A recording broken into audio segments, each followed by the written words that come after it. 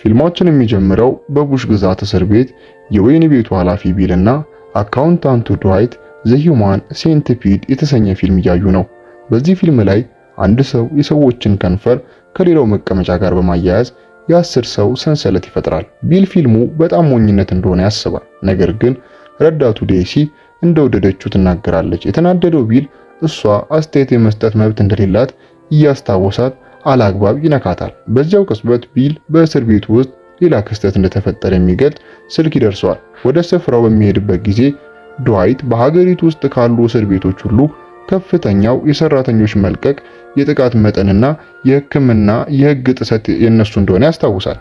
ይህንንም በቶሎ ካልፈቱ በገዢው እንደሚተኩ ይነግረዋል። ነገር ግን ድዋይት አንድ ሐሳብ አለው። በእስረኞች ክፍል ውስጥ ቢል በአረመኔነቱ ስለሚታወቅ እስረኞች በሙሉ ይሰድቡታል። እስረኛ 297 በጣም አስከፊ ዛቻ ይሰነዝራል። ቢልም በኋላ እንደሚያሳየው ቃል ይገባል። በመጨረሻም አንድ ጠባቂ በእስረኛ እንደተወጋና ዶክተር ጆንስን እሱን ለማዳን እየታገለ መሆኑን ያውቃል። ሆኖም ቢል አሁንም ቢሆን ጆንስ የአካል ምርመራ ሊደረግለት እንደሚገባ ለማስታወስ ጊዜ አያጠፋበትም። ጠባቂው የወጋው እስረኛ 178 ሲሆን በሁለቱ መኮንኖች ተይዞ እያለም ዛቻውን ይቀጥላል። ቢል ዘሩን ይሰርበዋል እና የትኛው እጁ ጠንካራ እንደሆነ ይጠይቃል።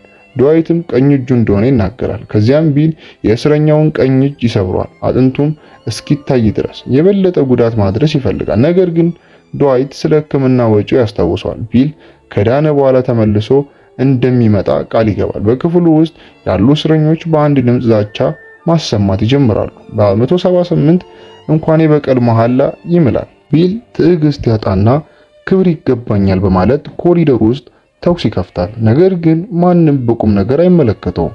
ቆይቶ ቢሮ ውስጥ ቢል ለመካከለኛው ዘመን የማሰቃያ ዘዴዎችን መመለስ እንዳለባቸው ለድዋይት ይነግረዋል። ድዋይት አሰራሩ ውጤታማ እንዳልሆነና ሌላ አማራጭ ማቅረብ እንደሚፈልግ ቢናገርም ችላ ይባላል። ዴሲ አንድ ጥቅል ታመጣለች። ቢልም በጣም ልዩ ትዕዛዝ በማግኘቱ ይደሰታል። ይህም በደረቁ የሴት የሰውነት ክፍሎች የተሞላ ማሰሮ ሲሆን በአፍሪካ ያሉ የጎሳ መሪዎች ለማይታመን ጥንካሬ እንደሚበሉት ይናገራል። ቢል ያለምንም ማመንታት አንዱን ይበላል። በዚያው ቅጽበት ቢል የሞት ቡድን እየመጣበት እንደሆነ የሚገልጽ ምስጢራዊ ስልክ ይደርሰዋል። የተደናገጠው ቢል ስልኩን ዘግቶ በጠረጴዛው ስር በመደበቅ ሽጉጡን ይጭናል። ድዋይት ይህ ለመጀመሪያ ጊዜ ያለመሆኑን ስለሚያውቅ ጠባቂዎቹን ደውሎ ጥርጣሬውን ያረጋግጣል። እስረኛ 346 የወራዊ የቤተሰብ መደወያውን ለቀልድ ተጠቅሞበታል። ቢል እንደገና መታለሉን ሲሰማ በቁጣ ይጮሃል። ከዚያ በኋላ ቢል ለምርመራ ወደ ክሊኒክ ይሄዳል። ጆንስም የቢል ልብ ጥሩ ድምፅ ስለማያሰማ አንዳንድ ምርመራዎችን ማድረግ እንደሚፈልግ ይነግረዋል። ለዚህም ጭንቀትን ተጠያቂ ያደርጋል። ቢል ጭንቀት ለደካሞች ነው ብሎ በማሰብ ጆንስን በጆሮ ይዞ ጥሩ ዜና ካልነገረው ከስራ እንደሚያባረው ይዝበታል። ጆንስም ፍጹም ጤነኛ እንደሆነ ይነግረዋል። ቆይቶ ቢል በቀልዱ ምክንያት ጠረጴዛ ላይ የታሰረውን እስረኛ 346 ይጎበኘዋል። ሁለቱ ጠባቂዎች የፈላ ውሃ የሞሉ ባልዲዎችን ያመጣሉ። ቢልም የፈላውን ውሃ በ346 ፊት ላይ ይደፋበታል። እሱም በህመም ይጮሃል። ፊቱ ተበላሽቶ ያልቃል። ነገር ግን በዚያ ስቃይ ውስጥ ሆኖ ቢል ነፍሱን እንዳያጣ ይነግረዋል። በመጨረሻም ገዢው ሂውስ ለጉብኝት ይመጣል። ቢል ሲጋራ ያቀርብለታል። ሂውስ ግን ኩባን ብቻ እንደሚጠጣ በመናገር እምቢ ይላል። ይህ ቢልን በጣም ስለሚያበሳጨው ሮጦ የአሜሪካን ባንዲራ ያቅፋል። ሂውስ ቢል እስር ቤቱን በሚያስተዳድርበት የጥቃት መንገድ ይገስጸዋል። ይህም የእርሱን ስራ እያበላሸው እንደሆነ ይነግረዋል። ለውጥ እንዲያደርግ ያዘዋል እና በ2 ሳምንት ውስጥ ሁኔታውን ለማየት ይመለሳል። ነገሮች ካልተሻሻሉ ቢል እና ድዋይት ከስራ ይባራሉ። ሂውስ ከሄደ በኋላ ቢል እንደገና መበሳጨቱ ይጀምራል እና በገዢው ላይ የተለያዩ ስድቦችን ይሰነዝራል። ሆኖም አረመኔያዊ መንገዱን ለመቀየር ፈቃደኛ ባለመሆኑ እስረኞቹን በሙሉ በሚያቃጥል የበጋ ፀሐይ ስር ለሰዓታት እንዲቆሙ ወደ ሜዳ ይልካቸዋል። ቢል ወደ ግኑ ወጥቶ በማጉያ ድምፅ እስረኞቹን ይሰድባቸዋል። ከዚያም አዲስ የቅጣት አይነት ያውጃል። ይህም ማኮላሸት ነው። የመጀመሪያው ሰለባ 297 ሲሆን ጠባቂዎቹ ወደ ውስጥ ይወስዱታል። በአንድ ክፍል ውስጥ ቢል ቢላዋ ያግላል። ጠባቂዎቹም 297ን ከግድግዳ ጋር ይይዙታል። ቢል በጋለው ቢላዋ የ297ን የዘር ፍሬ ቆርጧል። እሱ ሲጮህም ይደሰታል። ከዚያም ቢል ፍሬዎቹን ለምሳ መብላት ስለሚፈልግ ወደ ምግብ አብሳይ ይልካቸዋል። ቅጣቱን የሚጨርሰው ፊቱን በእስረኛው ደም በመቀባት ነው። ቢሮ ውስጥ ቢል ድዋይን እያለ ዴሲን ለወሲብ ያስገድዳታል። ሲጨርሱም ቢል ዴሲን የወንድ ዘር ፍሬውን እንድትውጥ ያደርጋታል። አባቷን ከእስር ስላስፈታላት ውለታ እንዳለባት ያስታውሳታል። እሷም ጣዕሙን ለማጥፋት ከረሜላ ትጠይቋለች እና ባለማወቅ ከማሰሮ ውስጥ የሴት የሰውነት ክፍል ትበላለች። ከዚያም ቢል የ297ን ፍሬዎች ለምሳ ይበላል። ይህም ጓደኛውን ያስጠላዋል። ድዋይት እስር ቤቱን ለማሻሻል ሐሳብ እንዳለው ይናገራል። ነገር ግን ቢል በጠረጴዛው ላይ የሂውማን ሴንቲፒድ ፊልም ዲቪዲዎችን በማግኘቱ ተቆጥቶ ችላ ይለዋል። ቆይቶ ክሊኒኩ ውስጥ ቢል ነርሷ የ346ን ፊት ፋሻ ስታነሳ እያየ ይደሰታል። እሱም በህመም እየጮኸ ይሰድበዋል። በመቀጠል ቢል ለ178 የገባውን ቃል ለመፈጸም እንደመጣ ይነግረውና የእስረኛውን ጣቶች ይሰብራል። ጆንስ 297 ደህንነቱ የተጠበቀ መሆኑን ይነግረዋል። ቢልም በውጤቱ በጣም በመደሰቱ ነገ ሁሉንም እስረኞች ማኮላሸት እንደሚጀምር ያውጃል።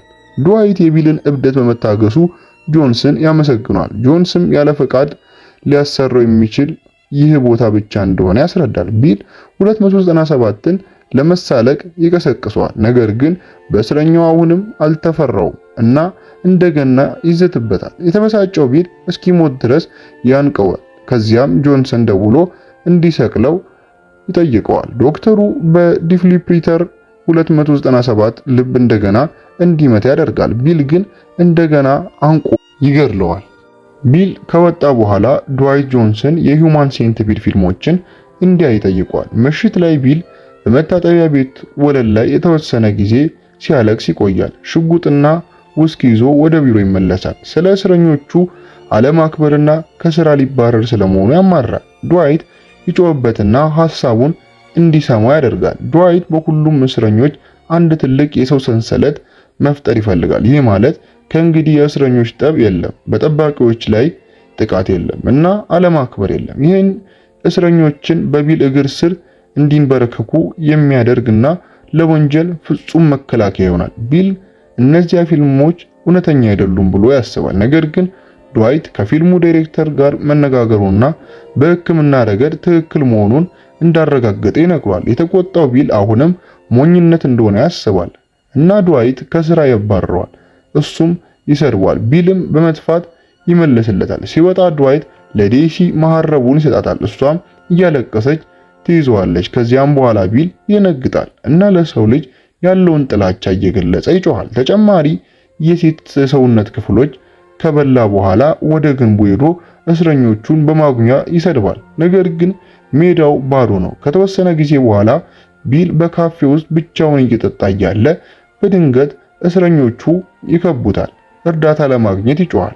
ጠባቂዎቹ ግን አይመጡም። ስለዚህ ትዕዛዝ ብቻ እየፈጸመ እንደነበር ሁሉም እንዲሄድ እንደሚፈቅድና የልብ ህመም እንዳለበት እየተናገረ ምህረትን ይለምናል። እስረኞቹ ይዙታል እና 297 በቢል አካል ጎን ላይ ቀዳዳ በመቅደድ ብልቱን ያስገባል። ቢል ይጮሃል እና ወለሉ ላይ ደም ይፈሳል። 297 ዘሩን ያፈስበታል። ሌሎቹም በደስታ ይጮሃሉ። በአቅራቢያው ሌላ እስረኛ ድዋይትን ለወሲብ ያስገድደዋል። በዚያ ቅጽበት ቢል ከዚህ ቅዠት ቢሮ ውስጥ ይነቃል። በሚቀጥለው ቀን ቢል በድዋይትና በፊልሙ እውነተኛ ዳይሬክተር ቶም ይጎበኛል። ቶም ሰላም ለማለት እጁን ሲዘረጋ ቢል ይተፋበታል። ድዋይት ስለ ቶም ስራ እያወደሰ ሳለ ጆንስ ይቀላቀላቸዋል እና 297 ከሌላ የልብ ድካም በኋላ እንደገና እንዳነቃ ያስረዳል። ድዋይት የሰው ሰንሰለት ለእስር ቤቱ ችግሮች ፍጹም መፍትሄ እንደሆነ ይናገራል። ቶምም ከዶክተሩ ያገኘውን ዲያግራም በማሳየት በሕክምና ረገድ የሚቻል መሆኑን ያረጋግጥላቸዋል። ጆንስ የዲያግራሞቹን አጥንቶ እንደሚቻል ያረጋግጣል። ስለዚህ ቢል በመጨረሻ ለመስራት ይስማማል። ሆኖም ድዋይት እስረኞቹ ቅጣታቸውን ሲጨርሱ ያለምንም የአካል መቆራረጥ መልቀቅ ስላለባቸው ከፊልሙ በተለየ ሁኔታ መደረግ እንዳለበት ይጠቁማል። ጥርሳቸውን ከመነቀል ይልቅ አፋቸውን ክፍት የሚያደርግ ቀለበት ይጠቀማሉ። የጉልበት ጅማታቸውን ከመቁረጥ ይልቅ ደግሞ ጊዜያዊ ሸባነት የሚፈጥር ነገር ይጠቀማሉ። ጆንስ ፕሮጀክቱን አይወደውም፣ ነገር ካልተባበረ ቢል ከስራ እንደሚያባረረው ይነግረዋል። ቶም አንዱን ቀዶ ጥገና እንዲያይ ከተፈቀደለት ሐሳቡን እንዲጠቀሙ ይፈቅድላቸዋል። ቢልም ተስማምቶ በመጨረሻ እጁን ይጨብጧል። ቢል እስረኞቹን ሐሳቡን ከመናገሩ በፊት ፊልሞቹን እንዲያዩ ማድረግ አለብን ብሎ ያስባል። ድዋይት ግን አይስማማም። ይህም የበለጠ አመፀኛ እንደሚያደርጋቸው ይናገራል። ስለዚህ እስረኞቹ ሳያውቁ ሁሉንም ነገር ማዘጋጀት አለባቸው። ቢል አሁንም ችላ ይለዋል። በዚያው ቀን ከሰዓት በኋላ እስረኞቹ የመጀመሪያውን ፊልም ያያሉ። አንዳንዶቹ ሲዝናኑ፣ ሌሎቹ ግን አስከፊ እንደሆነና መታገን እንዳለበት ያስባሉ። ቅሬታቸው ሲበዛ ቢል ዝም እንዲሉ ወደ ላይ ይተኩሳል። ከዚያም ስለ እቅዱ ይነግራቸዋል። ልክ ድዋይት እንደተነበየው ሁሉም ይደነግጣሉ። እስረኞቹ ጠባቂዎቹን መምታት ይጀምራሉ። ቢል እና ድዋይትም መሸሽ ይኖርባቸዋል። በሩን ከኋላቸው ይዘጋሉ። ሆኖም እስረኞቹ በሩን መክፈት ይጀምራሉ። ቢል እና ድዋይት ቢሮ ውስጥ ለመደበቅ ይሮጣሉ። ነገር ግን ዴሲን አብራቸው እንድትደበቅ አይፈቅዱላትም። እሷም ከዚህ ጋር ምንም ግንኙነት እንደሌላት ለእስረኞቹ ለመናገር ስትሞክር 178 ይመታታል እና ያንቃትና ይጀምራል። ከዚያም ሌላ እስረኛ ያለ አግባብ ሲጠቀምባት እሱ ይወጋታል። 297 የቢሮውን በር በእሳት ማጥፊያ ሲመታ ድዋይት እርዳታ ይደውላል። ቢል ደግሞ ተጨማሪ የሴት ሰውነት ክፍሎች ይበላል። ከዚያም መስኮቱን ሰብሮ ለማምለጥ ወደ ሜዳው ይዘላል። ድዋይት በድንጋጤ ከማሰሮው ውስጥ ሲበላ ልዩ ወኪሎች ገብተው ዴሲን ሲያጠቃ የነበረውን ሰው ይገድሉታል። ሌሎቹም ያስራሉ። በሜዳው ላይ ለማምለጥ የሞከሩ እስረኞች በሙሉ ይታሰራሉ። ከዚያ በኋላ ድዋይት ቢልን ያገኘዋል እና ዴሲ በከፍተኛ ሁኔታ እንደተጎዳች ይነግረዋል። ቢል ግን ጥቂት መቧጨር ብቻ ቢኖርበትም ለራሱ ዶክተር እንዲመጣ ይጮሃል። ከዚያም በሜዳው መሃል ይቆጣል። ከተወሰነ ጊዜ በኋላ ቢል እስረኞቹ በክፍላቸው ውስጥ ዝም ማለታቸውን በማየቱ ይደሰታል። ማደንዘዣ በሽጉጡ ውስጥ ያደርግና እስረኞቹን አንድ በአንድ እያደነዘዘ እንዲተኙ ያደርጋል። ከዚህም ጠባቂዎቹ ወደ ክሊኒኩ ይወስዷቸዋል። ቢልም ክዋኔውን እያብራራ አልጋ ላይ ያስራቸዋል። ጆንስ 5 የቀዶ ጥገና ቡድኖችን እንዲቀጥር ተፈቅዶለታል። እነሱም አሁን የእስረኞቹን የሶስት ሰው ሰንሰለት እየፈጠሩ ነው። እነዚህ ክፍሎች ከውጭ ባሉ ድንኳኖች ውስጥ ያርፋሉ እና ቀስ በቀስ ወደ ዋናው ሰንሰለት ይጨመራሉ። አንደኛው እስረኛ የማይቋረጥ ተቀምጦ ያለበት ሲሆን ቢል ለበቀል ሲል ከ297 አፍ ጋር እንዲያያዝ ይወስናል። ሌላው እስረኛ ደግሞ በሆዱ ላይ ቀዳዳ ያለው ሲሆን በዚያ በኩል ቆሻሻ ይወጣል። በመቀመጫው ስለተሰፋ በሰንሰለቱ ውስጥ ሊገባ አይችልም። ቢል ሽጉጡን በዚያው ቀዳዳ ውስጥ ገትቶ በመተኮስ ይገድለዋል። እንዲሁም ከሰንሰለቱ ጋር የማይስማማውን አካል ጉዳተኛ እስረኛ ይገድለዋል።